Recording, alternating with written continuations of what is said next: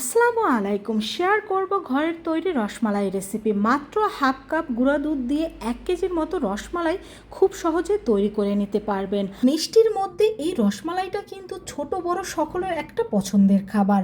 কম সময়ে খুব সহজে পারফেক্টভাবে এভাবে রসমালাই তৈরি করতে হলে রেসিপিটি সম্পূর্ণ দেখে নিতে হবে। তো প্রথমে এখানে আমি হাফ কাপ পরিমাণ গুঁড়ো দুধ নিয়ে নিচ্ছি। তার মধ্যে দিয়ে দেব হাফ চা চামচ পরিমাণ বেকিং পাউডার আর দিয়ে দেব 1.5 টেবিল চামচ পরিমাণ ঘি। এখানে কিন্তু তেল ব্যবহার করা যাবে না, মিষ্টি তৈরি করার ক্ষেত্রে ঘিটাই ব্যবহার করতে হবে। এখন এই উপকরণগুলোকে আমি ভালোভাবে মিশিয়ে নিচ্ছি। তো এটাকে ভালোভাবে মিশিয়ে নেওয়ার পর এখন আমরা এখানে নিয়ে নেব স্বাভাবিক তাপমাত্রার একটা ডিম, আর এই ডিমটাকে কিন্তু আমি ভালোভাবে ফেটিয়ে নেব। তো ডিমটাকে ভালোভাবে ফেটিয়ে নেওয়ার পর এখন অল্প অল্প করে ডিম দিয়ে এখানে আমরা একটা ডো তৈরি করে নেব। আর এই রসমালাই তৈরি করার ক্ষেত্রে এই ডোটা কিন্তু কিছুটা একটু নরম টাইপের ডো হবে। তো অল্প অল্প করে এখানে ডিমটা মিশিয়ে নিতে হবে, কারণ একবারে দিলে ডিমটা বেশি হয়ে যেতে পারে, তাই এখানে আমরা অল্প অল্প করে ডিমটা দিয়ে মিশিয়ে নেব। তো ডিমটা মিশিয়ে নেওয়ার পরে এই পর্যায়ে এটাকে একটু নরম মনে হতে পারে, কিন্তু 5 মিনিট রেস্টে রাখার পর এটা কিন্তু এতটা নরম থাকবে না। তো দেখুন এইটুকু ডিম আমার রয়ে গিয়েছে একটা ডিমের মধ্যে। এখন ফিরে আসলাম এখানে আমি 5 মিনিট পরে। 5 মিনিট পরে এটাকে আমরা আরও কিছুক্ষণ ভালোভাবে মেখে নেব। আর দেখতেই পাচ্ছেন এটা কিন্তু আগের চাইতে একটু নরম কম হয়ে গিয়েছে। এটাকে কিছুক্ষণ মেখে নেওয়ার পর এখন হাতটা আমি ভালো করে ধুয়ে নেব। হাত ধুয়ে নিয়ে এখন এখান থেকে অল্প অল্প করে ডো নিয়ে আমরা গোল শেপের রসমালাই তৈরি করে নেব। আপনারা চাইলে কিন্তু এখানে লম্বা অর্থাৎ চমচমের শেপেও রসমালাই তৈরি করে নিতে পারেন। প্রথমে ডোটা নিয়ে হাত দিয়ে চেপে নেওয়ার পর 2 তালু দিয়ে এটাকে এইভাবে করে আমরা গোল করে নিয়েছি। আর এইভাবে করে আমি প্রত্যেকটা মিষ্টি এখানে তৈরি করে নিয়েছি। এখন এখানে আমি নিয়েছি হাফ কেজি পরিমাণ গরুর লিকুইড দুধ, আর এদিকে দিয়ে দিচ্ছি আরেকটা পাত্রে গরম পানি, কারণ আমরা মিষ্টিটা যখন সিদ্ধ করে নেব এই দুধটা যদি কোনোভাবে টেনে যায় মিষ্টিটা কিন্তু শক্ত হয়ে যাবে। সেক্ষেত্রে এখানে মাঝে মধ্যে গরম পানি অ্যাড করা লাগবে, এজন্য গরম পানিটাও দিয়ে দিয়েছি। দিয়ে দিলাম মুখ চিরে 2টো এলাচ।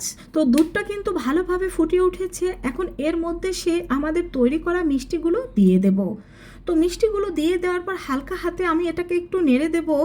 তো এটাকে কিন্তু বেশি নেড়ে দেওয়া যাবে না, তোমরা যারা নতুন তৈরি করছো তারা কিন্তু একটু ঝাঁকিয়ে দিলেই হবে। তো এখন এটাকে আমি ঢেকে দেব। আর চুলার হিট এ সময় কিন্তু মিডিয়ামে রেখে দিতে হবে, আর বারবার কিন্তু চুলার হিট বাড়ানো কমানো যাবে না। আর এইভাবে যদি দুধটা ফুলে ওঠে সেক্ষেত্রে বারবার ঢাকনাটা তুলে এভাবে করে ঝাঁকিয়ে দিতে হবে। এখানে কিন্তু কোনোভাবে নাড়াচাড়া করা যাবে না, এক্ষেত্রে কিন্তু মিষ্টিগুলো সব ভেঙে যাবে। তো 2-1 মিনিট পর পরে কিন্তু এইভাবে করে ঢাকনাটা তুলে দিতে হবে, তা না হলে কিন্তু দুধগুলো সব পড়ে যাবে। তো দুধটা অনেকটা টেনে গিয়েছে। এখন এর মধ্যে আমি কিছুটা গরম পানি অ্যাড করে দিচ্ছি, আর এইভাবে মাঝে মধ্যেই 10 মিনিটের মধ্যে 2-3 বার আমরা এভাবে পানিটা অ্যাড করে দেব।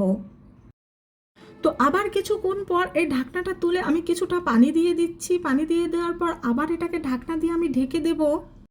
আমাদের মিষ্টিটা প্রায় হয়ে এসেছে। এখন এর মধ্যে আমি দিয়ে দেবো হাফ কাপ পরিমাণ কনডেন্স মিল্ক।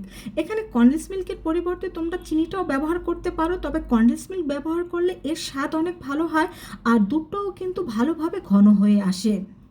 তো আমি হালকা হাতে একটু নেড়ে দিচ্ছি, তোমরা এটাকে ঝাঁকিয়ে দিলেও হবে। আর এই কনডেন্স মিল্কটা দিয়ে দেওয়ার পর এটাকে কিন্তু আমরা 2 থেকে 3 মিনিট জাল করে নেব। আর আরও একটা কথা এখানে আমি আবারও বলে দিচ্ছি, চুলার হিট কিন্তু বারবার কমানো বাড়ানো যাবে না, চুলার হিট একভাবেই রেখে দিতে হবে।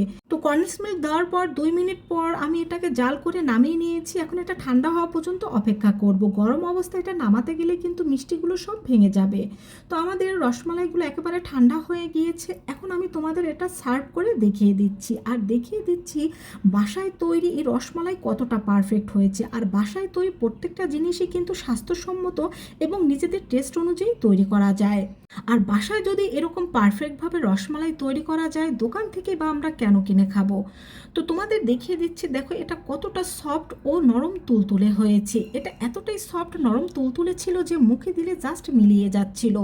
আশা করছি তোমাদের কাছে এই রেসিপিটি ভালো লাগবে, আর হুবহু এই রেসিপিটা ফলো করে তোমরাও কিন্তু এভাবে পারফেক্ট রসমালাই তৈরি করে নিতে পারো। ঠান্ডা ঠান্ডা এরকম রসমালাই খেতে কিন্তু সবাই খুবই পছন্দ করবে। তো বন্ধুরা, ভালো লাগলে অবশ্যই রেসিপিটা শেয়ার করবে আর সবাইকে দেখার সুযোগ করে দেবে। সবাই ভালো থেকো। আল্লাহ হাফেজ।